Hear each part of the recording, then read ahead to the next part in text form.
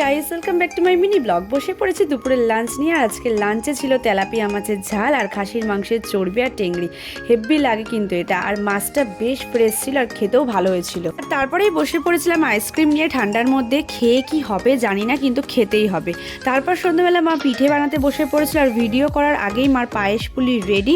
একটু ঘুমিয়েছে আর মা ডাকেও নি আমাকে। একটু রাগ হয়েছিল গাইস, কিন্তু কি আর করা যাবে।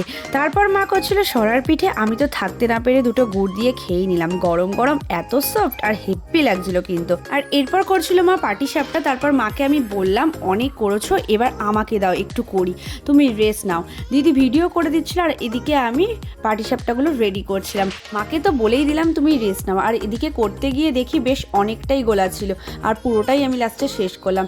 কেমন হয়েছে সেটা কিন্তু তোমরা অবশ্যই জানিও। আর ভিডিওটা যদি ভালো লেগে থাকে তাহলে অবশ্যই একটা লাইক করো আর চ্যানেলটাকে সাবস্ক্রাইব করো।